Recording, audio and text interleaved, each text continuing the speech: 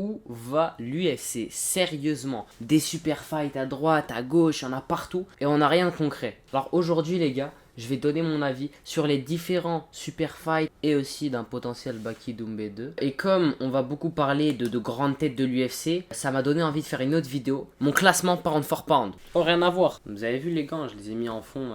C'est pas un peu stylé, non? C'est nul. Mais bref, avant de parler des super fights, on a eu une news comme quoi John Jones, c'est pas n'importe qui, a signé un camp d'entraînement avec Ramzan Kadyrov, le président de la Tchétchénie, qui est aussi le père de Ramzan. Non, plus sérieusement.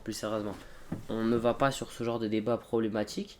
Mais voilà, c'est très compliqué. La tension entre la Tchétchénie et les États-Unis, c'est ce qui a fait que Chimaev avait eu des problèmes de visa, etc.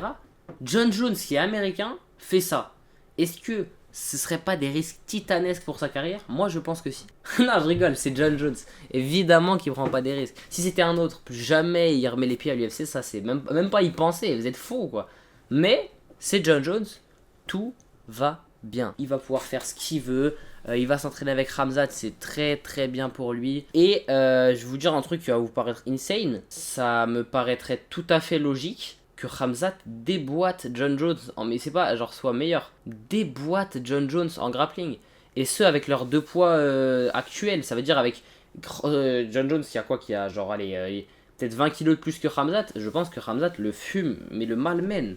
Mais vraiment, je vous le jure, je ne vois pas dans quel monde même où John Jones peut rivaliser contre Khamzat en grappling. Mais bon bref, Khamzat on en parlera dans la vidéo pound for pound et on va essayer de pas s'éterniser. Mais en tout cas, c'est une bonne nouvelle pour John Jones. Pourquoi? Parce qu'il va évidemment pas être interdit du UFC ou je sais pas quoi. Vous imaginez même pas ça. C'est le chouchou des chouchous de Dana White. Donc ne vous inquiétez pas pour lui. Si jamais il veut revenir à l'UFC, il le fera. Et ce sera pas un problème le fait qu'il soit allé en Tchétchénie avec Khamzat, croyez-moi. Mais en parlant de président, l'UFC Maison Blanche, l'UFC White House, mais quel type de fight est-ce que vous voulez mettre dans ce truc-là? Ce serait, dans le cas où Conor fait son retour, faudrait le mate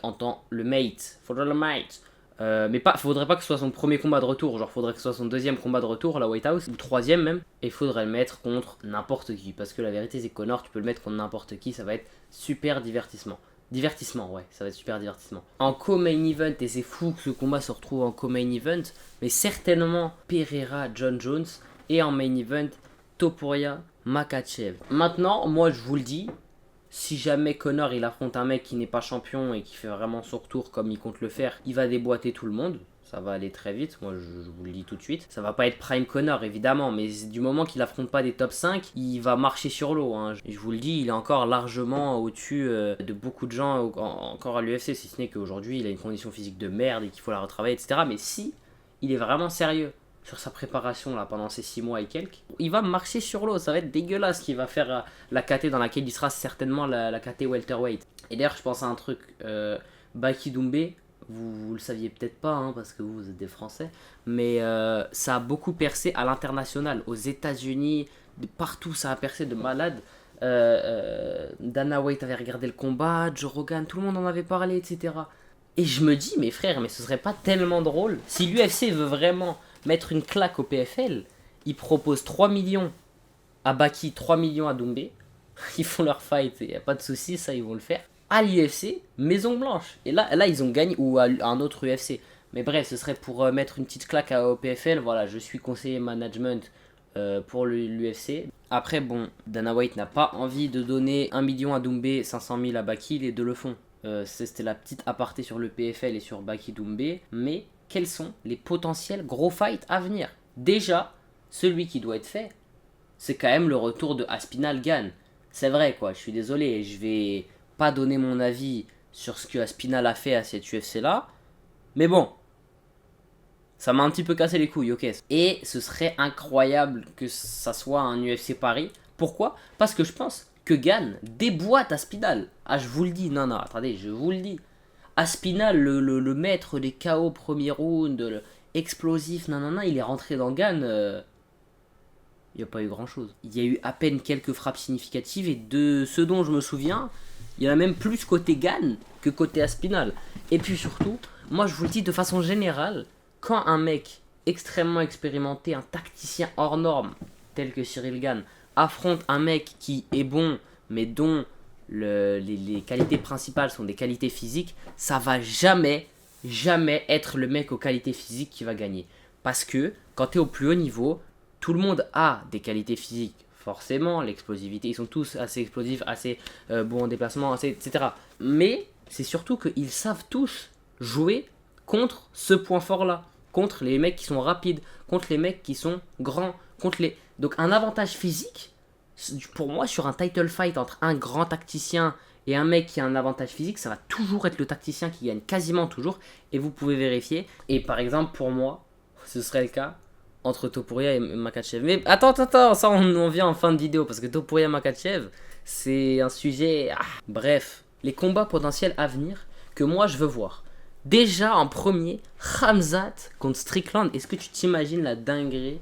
Comment t'as vu, il y a l'américain raciste qui traite tous les arabes de... Bref, ce mec est un taré mental. Il se fait déboîter par Khamzat. Ce serait pas une dinguerie? Parce que je vous le dis, Strickland n'a strictement aucune chance contre Khamzat. Le mec est fou. Pourquoi j'ai mon casque depuis tout à l'heure? Le mec est complètement fou si jamais il pense qu'il a une chance. Parce que je vous le dis, moi, c'est communiqué sur Twitter où il jouait Khamzat, c'était mon petit. Une fois, je l'avais déjà soumis en grappling, nanana. Alors déjà, non, tu n'y crois pas, qu'on soit bien d'accord. Et puis surtout, t'aurais beau l'avoir soumis plusieurs fois, ça veut pas dire que t'es meilleur que lui. Déjà, à l'époque, il était en 77. À l'époque, c'était pas non plus un tacticien énorme en termes de grappling. Et puis même, c'est un entraînement, quoi. Bref, je n'y crois pas de toute façon à sa news, je n'y crois absolument pas. Khamzat, je vais vous le dire, en dehors du grappling, Khamzat est un meilleur striker que Strickland. Voilà, faut le dire. Si jamais ils font un combat de kickboxing, Strickland se fait éteindre. Je vous le dis, Strickland se fait éteindre sa mère. Vous ne vous rendez pas compte de la puissance des coups de Chimaev, mais ça, on en parlera dans la vidéo pound for pound, ok? Donc là, on se concentre, on va passer au combat suivant. Moi, je veux voir ce combat. Le raciste qui aime pas les Français contre... le lutteur, bref, lui il fait peur, c'est une dinguerie lui. Ensuite, un combat, bon là c'est quand même une autre ampleur, Pereira, John Jones. Moi je veux voir ça, pourquoi? Parce que John Jones, il fuit. Il a fui Aspinall comme il a fui Ngannou. Donc bon, pour moi, à la White House ce serait trop tard, ça, les deux seraient trop vieux, mais surtout... Attends d'ailleurs, qui est le plus vieux entre les deux? Mais ouais, attends, je vais vérifier ça, c'est fou. Âge de... Pereira 37. Bon voilà, John Jones il a un an. Attends, il a combien?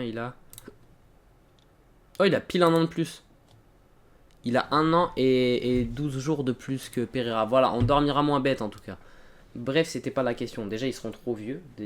Pour moi, s'il faut le faire, faut le faire là. Tu le fais dans 4 mois et puis voilà, c'est le dernier combat de la carrière de John Jones. Dans l'idée, ça aurait été plus drôle en light heavyweight, quand même. Parce que à la base, light heavyweight, c'est la catégorie historique de John Jones. Mais là, ces derniers temps, c'est la catégorie historique de Alex Pereira, faut le dire. Bon, il s'était foiré la première fois contre Ankalaev. Là, ce qu'il a fait contre Ankalaev, c'est n'importe quoi. Il est arrivé, il a... Ankalaev, il a rage quit, hein, il a abandonné, il était mort. Il n'a pas abandonné, il était décédé. Et même, il a créé une histoire de malade dans les light heavyweight, même s'il n'a pas fait 14 000 combats dedans, il a beaucoup combattu en middleweight aussi, mais c'est quand même récemment, quand on te dit light heavyweight, tu penses plus à John Jones. John Jones, ça fait un petit moment qu'il a plus combattu en light heavyweight. Donc, ce duel de deux, pour moi, les deux plus grandes légendes des light heavyweight, ce serait un truc de malade et une opposition de style vraiment stylée. Un striker qui... Et bah déjà, les deux sont titanesques. Genre, les deux se font 2 mètres quasiment. Un striker hors pair avec la puissance de frappe, les... Tu vois, les trucs comme ça. Et en face, t'as le mec un peu tacticien, vicieux, qui va te coup de coude, te coup de genou, t'arracher le nez, des trucs comme ça. Ce serait un combat de malade. Et en plus, je me demande premier degré qui est le meilleur en grappling entre les deux. Là, vous allez me dire, wesh, mais t'as serré John Jones en grappling, nanana. Je suis pas si sûr. Clinch, il n'y a aucun doute, c'est John Jones. Lutte, pour moi, il n'y a aucun doute, et c'est Pereira. Ça paraît un petit peu paradoxal, mais vous comprendrez le jour où le fight arrivera. Ok, moi je suis visionnaire, je vous dis les choses, arrêtez de me contredire. Contredites-moi dans les commentaires. J'ai failli dire contredisez-moi, la honte. Bref, pour moi, qui gagnerait ce combat? Bah, c'est pas simple à dire. Bah, déjà parce que l'opposition de style est assez folle, et parce que ça dépend. Ça dépend de est-ce que John Jones prend le combat sérieusement. À mon avis, Pereira va vouloir le tuer, et John Jones en aura rien à foutre. Ce sera pour l'argent. Il va demander 10 millions et il va repartir. Et peut-être qu'ils feront ça à la Maison Blanche. Il va se faire tuer devant tout le monde, et puis voilà quoi. On tombe sur le sujet qui fait couler beaucoup de sang. Topuria, Islam, ça nous donne un peu une idée de revanche du style Conor Khabib. Ça n'a rien à voir, mais absolument rien à voir. Pourquoi? Islam est un très bon striker, Khabib était un striker éteint sa mère la pute. Islam est un bon grappleur, un peu moins bon pardon, que Khabib, mais c'est surtout plus vraiment le même style, même si c'est la même école, on voit que c'est plus les mêmes points forts. Le point fort de Khabib, c'était, bon, il a surtout été vite compris par les autres combattants de l'UFC, mais le point fort de Khabib, c'était quoi? Et son plan dans quasiment tous les combats, c'était single leg ou double leg, peu importe, et une fois arrivé, il sécurise tes jambes comme ça, et après il dit let's talk now, et bam, il te met des patates. C'était devenu assez répétitif. Maintenant, Islam est meilleur sur certaines positions, Khabib est meilleur sur la position dont je vous parlais, où c'est vraiment juste comme ça, face à face, il te coince les jambes, il avance sur toi, il avance sur toi. Sur ça, Khabib est meilleur, sur d'autres positions, Islam est meilleur. Donc déjà, c'est même pas le même grappling. Sur la lutte, ça n'a rien à voir. La lutte des deux n'a aucun rapport. Même si, encore une fois, c'est la même école. Maintenant, bon, on sait que à la base, le lutteur, c'est quand même Topuria. Je rigole, c'est un malade. C'est pas parce qu'il a fait de la lutte, c'est pas parce qu'il est bon en lutte, c'est pas parce que c'est un géorgien que c'est un meilleur lutteur que Islam. Mais vous avez craqué ou quoi? Ce n'est même pas son point fort, hein, Islam. Hein. Mais il le fume en lutte. Vous êtes malade. Et le domaine où, bon, voilà, là, ça fait plus couler de sang, c'est en striking. La plupart des gens pensent que Topuria va lui mettre KO parce que en striking, ça va trop vite. Parce que, tu vois, ça se déplace. Topuria, il met des... Voilà, que Topuria, il est rapide et tout ça, et que ses mains vont vite se précipiter vers le visage de Islam, mais c'est pas du tout mon avis. Rappelez-vous ce que je vous ai dit au début de la vidéo. Quand un mec extrêmement expérimenté, un tacticien hors norme, affronte un mec qui est bon, mais dont les qualités principales sont des qualités physiques, ça va jamais être le mec aux qualités physiques qui va gagner. Et dans ce cas-là, ça s'applique vraiment. Topuria n'est pas un tacticien du striking, ce serait mentir totalement. C'est juste que le mec est très rapide, enfin très rapide. Dans ce cas-là, ça s'applique vraiment. Islam, en termes de striking, c'est toujours très propre, même si c'est pas créatif, même si c'est... Voilà, c'est toujours très propre et un panel de coups qui est quand même... Il en maîtrise pas mal, hein, de coups. Là où Topuria, bon, c'est quasiment que de l'anglaise déjà. Et puis surtout, il y a des gens qui ont comparé son anglaise à celle de Conor. Je suis désolé, c'est la honte. Ce que vous dites, en vrai, c'est la honte, franchement. Mais surtout que le mec, il n'a pas une anglaise chirurgicale. C'est juste qu'il a cette qualité physique de bouger très vite. Et pourquoi? Parce qu'à la base, c'est un 66. Eh oui, quand t'es un 66 kg, c'est quand même vachement plus simple que quand t'es en 70 ou 77. Surtout vu la taille de Topuria. Vous avez regardé le début de Gane contre Aspinall. Aspinall, il a voulu faire le... Il lui a sauté dessus et tout. Gane, il était là, il maîtrisait. Il avait son striking, il était posé. Il bloquait tout ce qu'il fallait bloquer. Et quand fallait frapper, il était là. Ça va être pareil avec Islam. Topuria ne peut pas mettre KO Islam, c'est impossible. Parce qu'il y a des gens qui disent ouais mais non mais gros mais Topuria il est trop rapide, il met des patates, il fait des huch. Ça ne change rien. Quand un mec te bloque et que tu ne peux pas lui mettre de KO, tu ne peux pas lui mettre de KO. Et j'ai du mal à voir Islam se prendre un KO. Je sais, il s'en est déjà pris un dans sa carrière. Déjà, c'était il y a un petit peu longtemps. Et puis surtout, entre-temps, il en a affronté des bons strikers quand même. Ce serait mentir que de dire l'inverse. Volkanovski, c'est un mauvais striker. Je suis pas sûr. Ce que je veux dire, c'est que même un top striker ne pourrait pas mettre KO Topuria. Déjà, je sais même pas si Topuria il a une meilleure anglaise que JDM. Je vous le dis. Franchement, pour moi, c'est quasiment le même niveau d'anglaise. Vous allez me dire, ouais, tu détestes Topuria. Oui. Il se prend pour Conor. Bro n'est pas Conor. Déjà, il s'est pas envoyé un kick. Déjà. Alors que Conor, c'était le plus grand karatéka de l'histoire. J'abuse. Pour moi, si je devais résumer, grappling, Topuria se fait casser la gueule. Je veux rien savoir. Il y a des gens qui disent que Topuria est un meilleur grappleur que lui.